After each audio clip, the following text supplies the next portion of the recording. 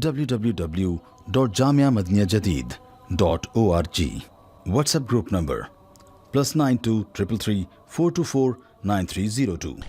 भाई इज्तिमाअत पर पाबंदी है हुकूमत की तरफ से भी और शरई नुक्ता नज़र से भी। अगर कोई ऐसी चीज़ आ जाए, वबाई या बीमारी या सूरत हाल, तो उसमें इस्लाम ने भी एहतियाती तदाबीर बताई हैं कि एहतियाती तदाबीर इख्तियार करो, और अगर हुकूमत की तरफ से भी हो तो उसमें हुकूमत की सही बात को माना जाए।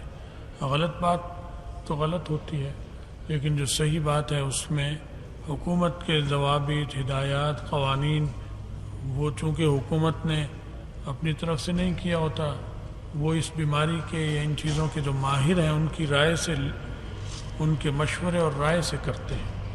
तो वो उन्होंने सारे इदारों में ये चीज़ कर रखी है।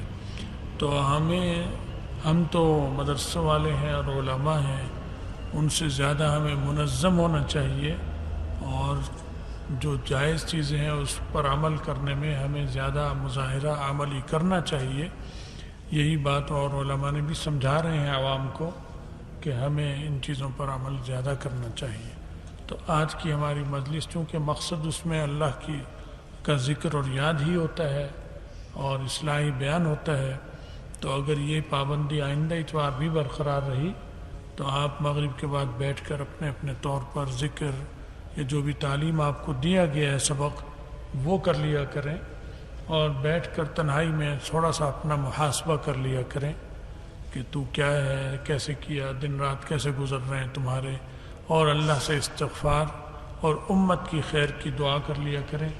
इसलिए हम भी इस अहकामात की तामील करेंगे, क्योंकि हमारे सब उलमा का यही मशवरा है, तो हम उसको तोड़ना और उसके ख़िलाफ़ करना मुनासिब नहीं समझते। रसूलुल्लाह सल्लल्लाहु अलैहि वसल्लम की तालीमात भी हैं और इस्लाम की हिदायत के मुनाफी नहीं है ये चीज़ें जो भी इस वक्त की जा रही हैं।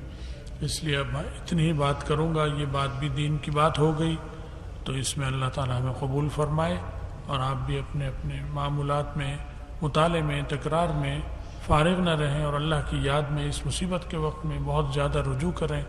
अपने लिए भी और हमारे लिए, सब के लिए दुआ करें। अल्लाह अमल की तौफीक अता फरमाए। दुआ कर लीजिए।